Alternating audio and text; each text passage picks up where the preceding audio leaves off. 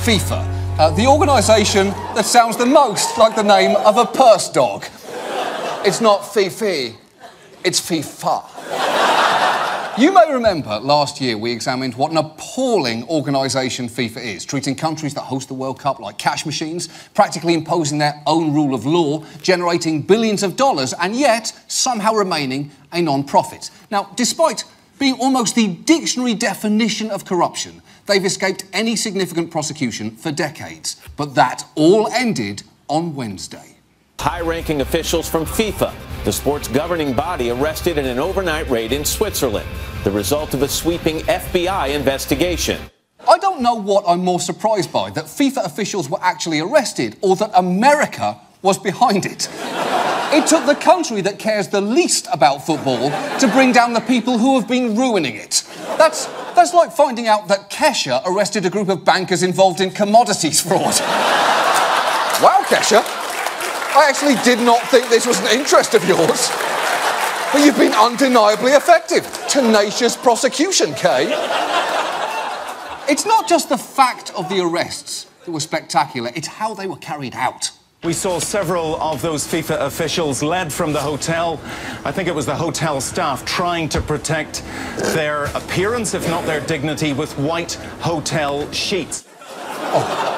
That is perfect, because hotel sheets are very much like FIFA officials. They really should be clean, but they're actually unspeakably filthy, and deep down, everybody knows that.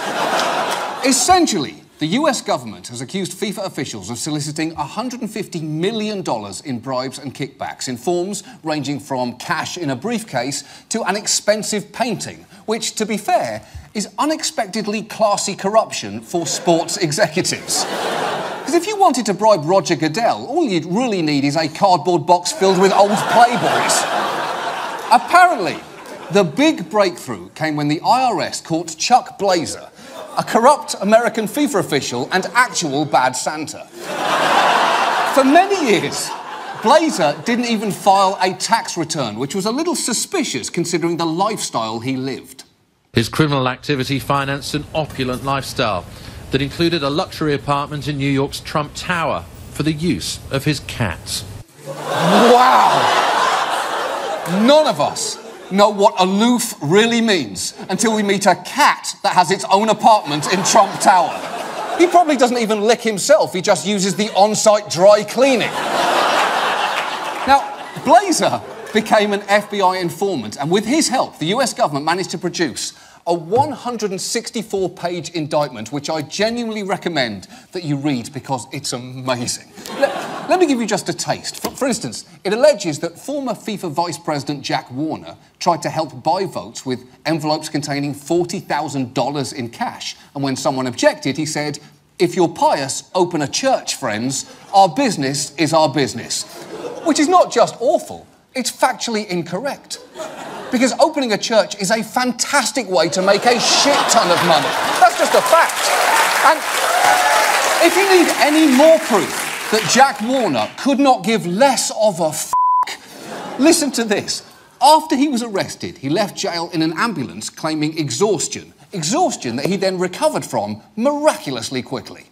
Hours after he was released from jail, the former FIFA exec turned politician was defiant as he addressed a rally.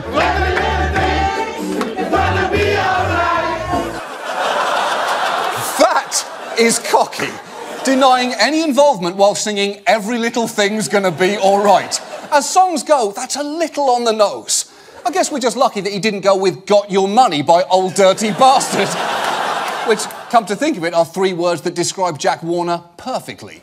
But the cherry on top of all of this was a video Jack Warner released just today where he suggested that this arrest was all a conspiracy, bringing hard proof in the form of a newspaper article stating that FIFA was trying to placate the US by giving them an extra World Cup this year. FIFA has frantically announced 2015, this year, Olympic final in the World Cup begin May 27. If the FIFA is so bad, why is it the USA wants to keep the FIFA World Cup? And let's be fair, he's right. FIFA giving the US an extra World Cup is comically ridiculous. It's the sort of thing you'd usually see in an Onion article, which it turns out was exactly what he was holding up there. And it says something. It says something about how corrupt FIFA is. That one of their ex-vice presidents could look at that story and think, yeah, that sounds like something they might do. Yeah.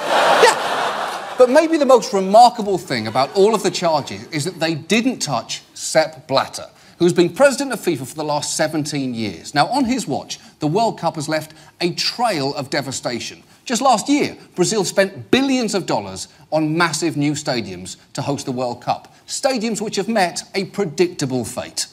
These days, there's very little football being played at the world's second most expensive stadium. In fact, it mostly sits empty. After hosting less than a handful of matches during last year's World Cup, it's never been filled again.